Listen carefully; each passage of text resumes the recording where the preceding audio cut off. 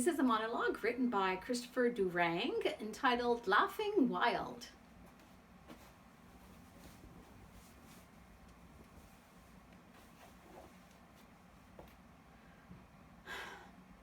I want to talk to you about life.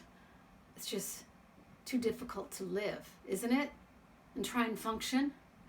There's all these people you have to deal with. I tried to buy a can of tuna fish at the supermarket, and there was this person standing right in front of where I wanted to reach out and grab the tuna fish. And I waited to see if they'd move. And they didn't. They were looking at tuna fish too, only they were taking a long time at it, reading the ingredients on each can as if it was a book.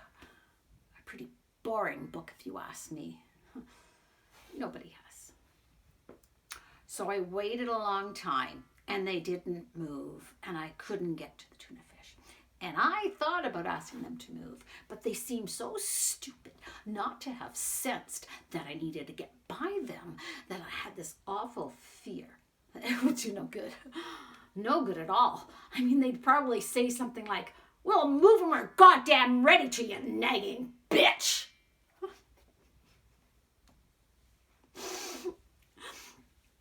And then what would I do? So I started to cry out of frustration. Quietly. It was not to disturb anyone. And still, even though I was softly sobbing, this stupid person couldn't grasp the idea that I needed to get by them to get to the goddamn tuna fish. People are so insensitive. I just hate them. So I reached up with my fist and I brought it down real hard over their head and I screamed, "Would you kindly move, you asshole?" He fell to the ground, looking totally startled. And some child nearby started to cry, and I was still crying. And I couldn't imagine making use of the tuna fish now. So I shouted at the child to stop crying. I mean, she was causing too much attention to me. And then I ran out of the store.